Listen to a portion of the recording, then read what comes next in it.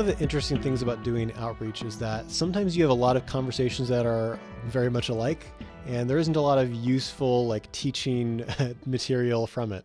But then sometimes you have conversations that are very, very different for one reason or another. And I had a conversation a couple of years ago with a guy that I called Brent that just became a very useful conversation as a teaching tool. Part of that was because Brent was a really interesting person and we had a long conversation, so we were able to get into more things. And part of it was also I've been reading Charlie Camosi's book not too long before that, and he had influenced the way that I thought about feminism and its role on pro-choice people.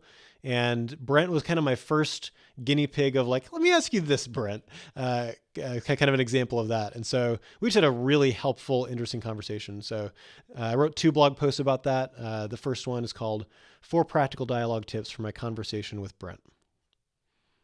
I noticed John Paul, one of our volunteers, looked nervous in his conversation with a student in front of our poll table. I walked up and started listening so he could get help if he needed it. John Paul quickly asked me for my take, and I started asking questions to try to figure out what the other student's view was. Brent had signed yes to the question, should 20-week abortions remain legal? I asked, why do you think 20-week abortions should be legal? He said, it's a woman's right to live her life the way she wants to. I said, do you think there should be any restrictions on abortion at all? What do you think of, say, a 35-week abortion? Brent said, oh, I'm definitely opposed to 35-week abortions. I said, you are? Aren't you restricting women's rights to live their lives the way they want to? Practical dialogue tip number 1, turn the tables on pro-choice rhetoric. A great deal of pro-choice rhetoric uses the kind of language that does not very naturally allow room for any restrictions on abortion. For example, any bodily rights rhetoric is going to suffer from this problem. For instance, you can't say, my body, my choice, to only justify early abortions, because late-term fetuses are still located in her body. In order to justify early abortion without justifying late abortion, you need to argue that the late-term fetus is more valuable than the early-term fetus. When I notice these kinds of rhetorical mistakes, I will frequently turn the tables on them in a gracious way. This is often an extremely weird experience for the pro-choice person because they're used to the rhetorical power of my body, my choice working in their favor, and all of a sudden they find themselves having to argue against it. This tactic would work very well in debates, but that isn't how I use it. Rather than merely trying to score rhetorical points, I'm hoping to accomplish 2 things. First, I want to help the pro-choice person learn to think more clearly about their rhetoric. It often is not nearly as powerful as they feel like it is. And making them answer the same rhetoric can help them to understand this. And second, I want to force them to clarify their position. Dialogues only improve when arguments become more clear. And encountering this kind of inconsistency in their position forces people to either shift to an argument with more substance or clarify why they think their rhetoric doesn't work against their own view. So the last thing that I had said to Brent was, aren't you restricting women's rights to live their lives the way they want to? Brent responded, no, because before 20 weeks, the fetus isn't viable. I said, you're right about that. I'm trying to understand your view, so help me out here. Why do you think viability is important? Practical dialogue tip number 2. Use filler sentences to add clarity. Filler sentences are the short sentences you say between your substantive sentences that serve to clarify why you just said what you did. The most common example is when I tell people that I'm trying to understand their view, but I'm struggling. If I'm having a hard time understanding their view, I sometimes feel frustrated by my own inability to understand. And if I don't clarify why I'm frustrated, the person might feel like I'm angry with them. By telling them I'm having a hard time understanding their view, I'm inviting them to work with me, rather than making them feel like I'm on the attack. In my conversation with Brent, I used this filler sentence because it could have come across like I was asking him this why question as a debate tactic to shift the burden of proof on him. While in this case, that'd be a legitimate move, at least at a logical level, it wasn't what I was trying to do. I wanted to understand his argument before arguing against it. So I used a filler sentence to communicate that I was attempting to clarify, not pin him into a corner. Brent responded, because before viability, no one else can take care of it. After viability, someone else can, so it isn't restricting women's lives. I said, it doesn't sound like you think the fetus is a non-person until it's viable. It seems more like you're concerned about the effect the fetus is having on the woman. Am I on the right track? He said, yeah, that's right. If you outlaw abortion before viability, it limits the woman's options because no one else can take care of the baby. That isn't fair. I said, Brent, I definitely agree that for the first 20 weeks of pregnancy, no one else can take care of the child, and that limits her opportunities. I wish we had some kind of Star Trek technology to beam the fetus from the woman's body into an artificial womb it could survive in. I'm not trying to limit her opportunities. I just don't want her to kill the kid. But the fact that no one else can care for her child seems to me more like a reason that she has an obligation to do so, even though it limits her opportunities. Brent said, what? No way. I said, have you seen the Pixar movie Up? He said, haha, yeah. I said, great. Remember the scene where Carl finds Russell on his porch after the house is lifted off? Brent said, yeah. I said, what if instead of letting Russell inside, Carl decided that taking care of the child would limit his opportunities too much, so he kicked him off the porch? Would that be his right? Brent said, yeah, I guess so. It is his house. I said, really? It's a 10-year-old kid. You really think Carl has the right to murder him? Brent said, well, I guess he could just lock the door. Then it isn't his fault. I said, but 1 minute later in the movie, they go through a big storm and the house shakes like crazy. Russell would certainly fall to his death. Brent said, yeah, but Carl wouldn't be responsible. It's not his fault a storm would come. I said, if he locked a kid on the porch of a flying house and then the kid fell off, I'd say he's culpable. Even if it's not murder, it's at least some kind of negligence. But surgical abortion isn't anything like just locking the fetus out of a uterus. It's actively dismembering it. Couldn't we at least agree that Carl doesn't have the right to grab a shotgun and shoot Russell? Brent said, well, yeah, I guess that'd be wrong. I said, would it just be morally wrong, or should he be arrested for murder? Brent said he should be arrested.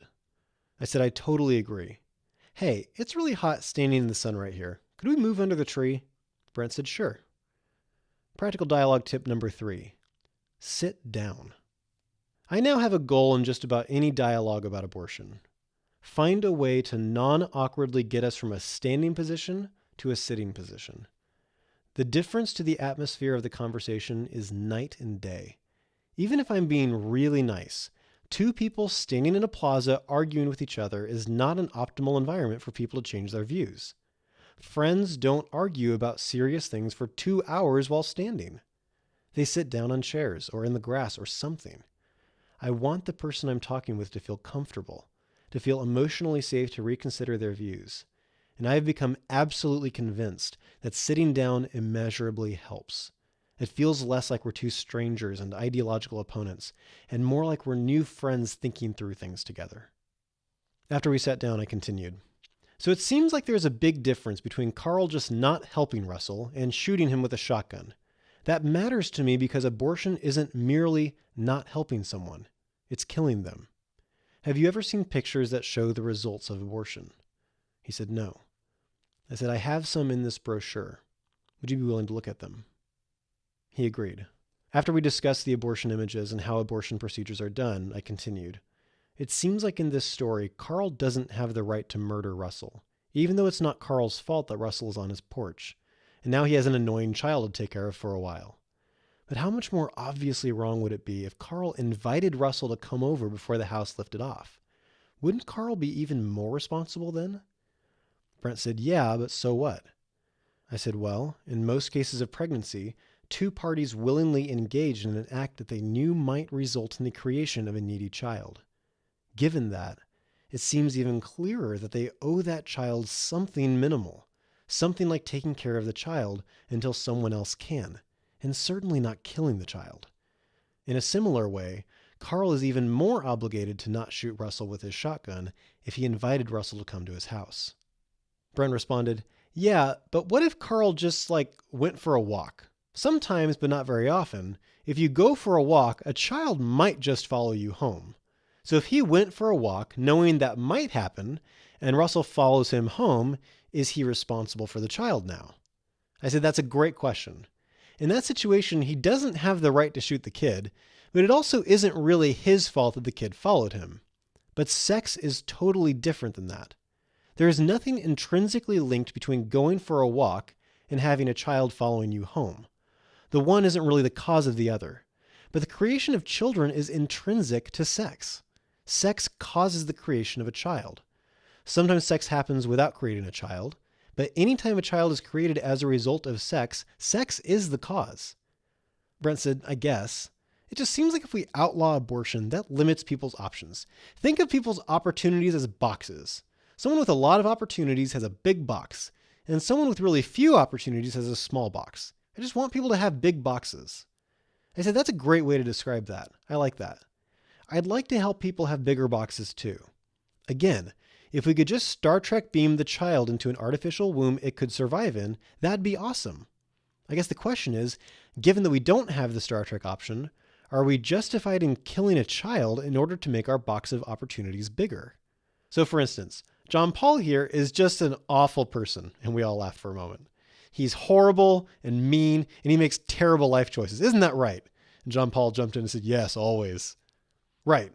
So what if John Paul here had a big box and he thought, hey, you know what would be the best thing ever? Babies. Typical impulsive John Paul decision. So then he finds a girl and has a kid. A couple of years goes by and he realizes, wow, my box is so much smaller than it used to be. I need to make this box bigger. Can he kill his 2-year-old? And that brings me to practical dialogue tip number 4. Be funny. How to do this will vary from person to person, but I will take almost any opportunity to inject good-natured humor into a dialogue. Obviously, I don't do this if the person is emotionally struggling. It helps the atmosphere to be positive and gives the dialogue longevity. One of my regular tricks for injecting humor is that when I give thought experiments, I'll find a pro-life volunteer or an ERI staff member to pick on, and they'll become my verbal punching bag. Obviously, I only do this with people that are good-natured and not easily offended. In my conversation with Brent, instead of just giving a standard thought experiment, I made up a story about how my pro-life friend was a terrible person. We all had a good laugh together, and it became a running joke for the rest of the conversation. Another trick I use in many conversations is my atypical way of asking if they think something should be legal. Instead of just asking, should X be legal? I'll say, imagine next year you were elected supreme dictator of the universe. You get to make all the laws. Suppose you're hanging out in your throne room and one of the peasants walks in and asks you if they can do X. What do you say? Some people don't think it's funny, but most of the time it gets at least a couple of chuckles and a remark about either how great or how terrible the world would be if they were the dictator. Sometimes I'll return to the throne room for the rest of the conversation whenever I have another question about whether something should be legal. Another peasant says, Supreme Dictator Brent, I want to do Y. Here's my justification. Can I do Y? You don't have to be original. I recycle some of the same outreach jokes multiple times in a day. They're new to the person I'm talking to. I even use jokes from our seminar. Find out what works for you and add humor when you can. It helps the person to feel like you aren't their enemy. So to get back to the story, Brent said, no way, John Paul can't kill his 2-year-old. He can just put it up for adoption. I said, but what if he doesn't have that option for a while? Suppose he calls the adoption agency and tells them, you guys have to take my kid or I'm going to kill him. And they say, we're sorry. We're all jammed up. There's a war going on or something. We aren't going to be able to take the kid off your hands for you for about 9 months. After that, we'll take him. So just hang in there for 9 months. Now, does he have the right to kill the kid? Brent said, no, I guess not. But it still seems really unfair. I said, I have a guess about something that's going on in the background for you. Do you think people have a fundamental right to have sex? Brent said, yeah, I do. It's like one of the most important things in life.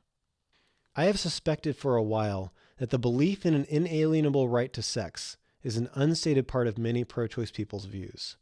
I'll share this part of my conversation with Brent in the last installment of this 2-part series. As a side note, much of Brent's argument functioned like a typical bodily rights argument in that he was arguing for the right to abortion independently of the status of the unborn. Most of the time when pro-choice people do this, they appeal to bodily autonomy instead of something like unlimited opportunities. I pulled in the up story from the paper Steve Wagner of Justice for All wrote on behalf of a philosophy team that included me and Josh Brahm. While my views have evolved a bit since we published the paper, I still think it's the best pro-life essay currently out there on responding to bodily rights arguments. I'll include links so you can either read the paper or download the audio of a speech Josh gave on the same topic.